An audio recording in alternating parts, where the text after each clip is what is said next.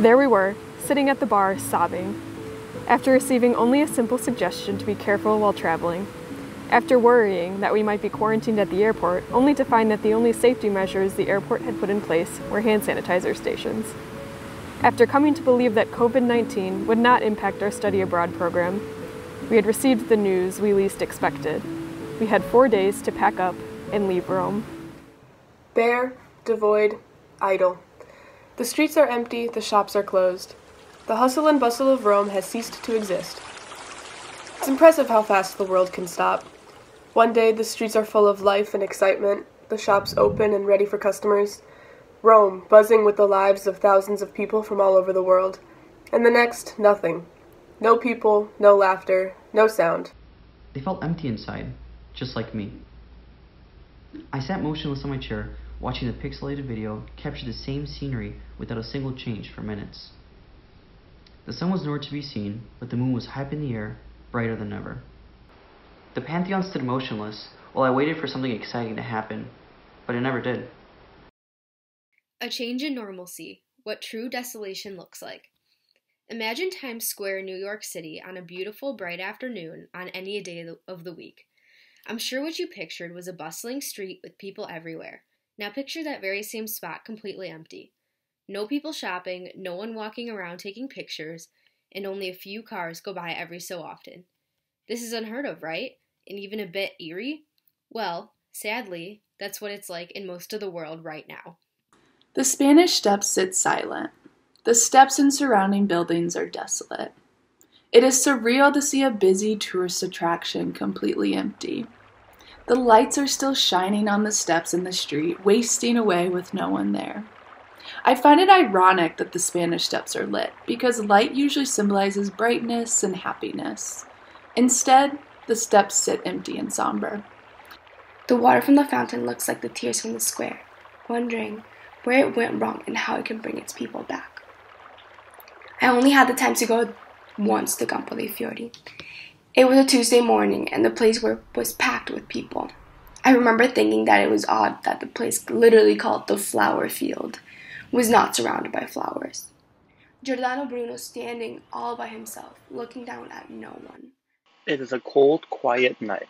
The darkness of the sky creeps onto the surrounding buildings, only to be fought back by the pale white glow of the street lamps and the fountain itself.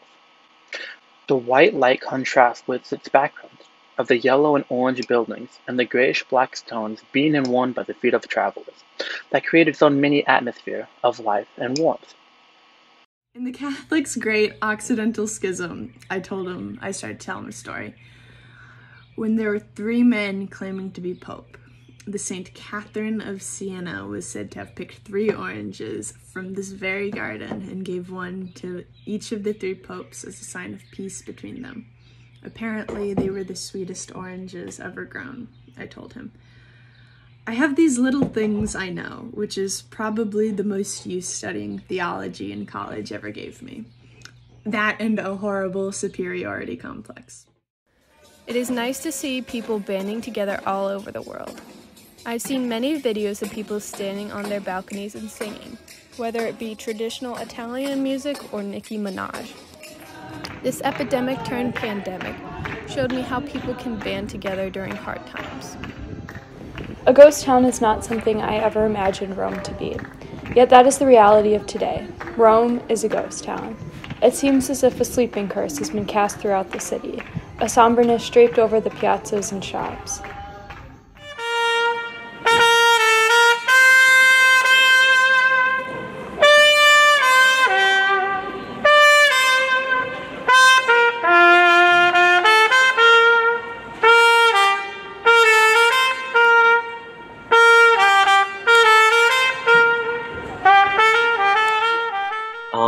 When he asks for help, she sends off Marcello to look for Don Pietro, who is the local pastor who's helping out the cause and also happens to be saying the wedding between Francesco and Pina.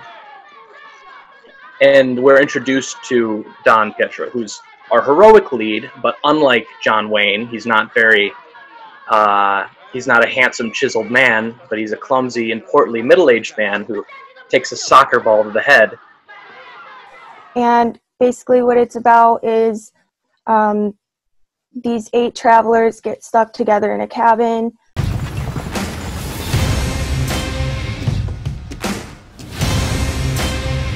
One of them fellas is not what he says he is.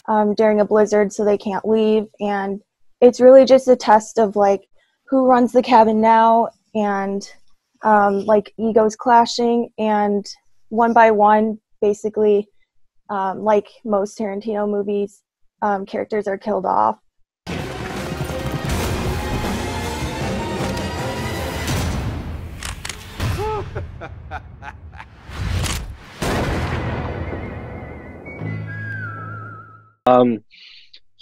The shots that he chooses are obviously the extreme close-ups where it's just like the eyes of the character, and then he has very long shots of like the location, and that's why Monument Valley in Utah plays a extreme role, because it really sets the scene and it makes the audience feel like how expansive the West was.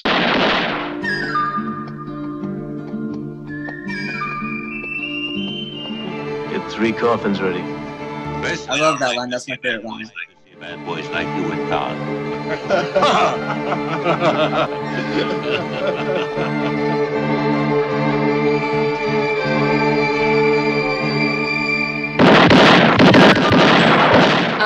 One thing that I thought was interesting that I saw while doing research was an interview with Enzo Stiola, who played Bruno in the movie in 2016, and he was looking back at the time when he got casted for the movie, and while telling his story, he explains why he thought De Sica chose him, saying, "I think he picked me because I was just an ordinary person, ordinary like everything else in the film. I represented this poverty." So I think that was interesting to see, to kind of understand more of what De Sica was trying to depict through his movie, to show like the real people, the real realm of what is actually going on during that time. So like with the infamous Chubby fountain scene, when Sylvia like sprinkles the water from the fountain over Marcello's head, that's symbolizing a baptism, it alludes to Rome being a new place for like new beginnings and purity, so it kind of all fits into this like setting that Rome is also a huge point of like the plot, and it's just as important as like any other character, I feel like. There's really intense music used during really emotional or high-stress scenes. Music gets louder, faster, more intense. And obviously it's important to mention that the film is split into episodes instead of just one straight film. And this just creates a more choppy narrative with, again, different characters, different plots in each, just to kind of follow different stories throughout the war. There's a lot of different artistic qualities in the film. There's a lot of references to classical works of art like this, Leonardo da Vinci's Last Supper, and also The Lamentation of the Dead Christ by Mantegna.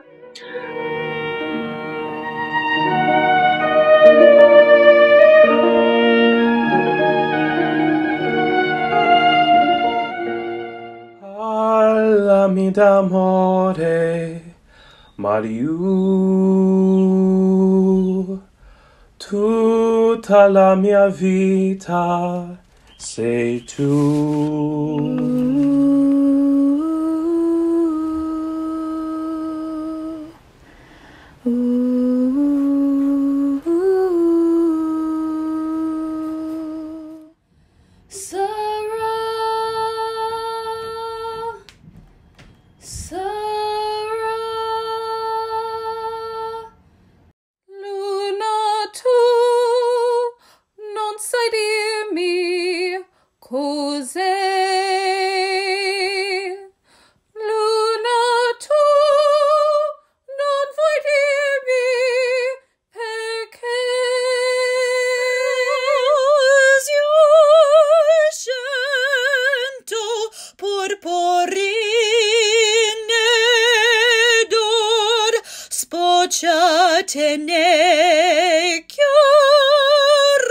Sono gocce di memoria, queste lacrime nuove, siamo anime in una storia incancellabile. Napoletana, come canti tu?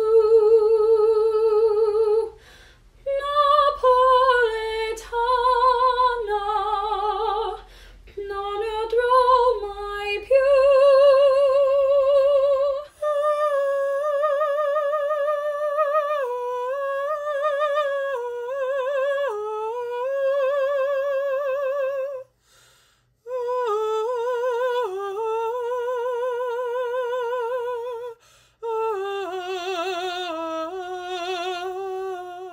Ricordi spocciavan le viole con le nostre parole, non ci lasceremo mai. Freme l'aria per dove tu vai, spunta un fiore ove passa il tuo piede. Arrivederci Roma, goodbye, au revoir. Rome will see you soon with open arms. Faculty and staff will keep you fondly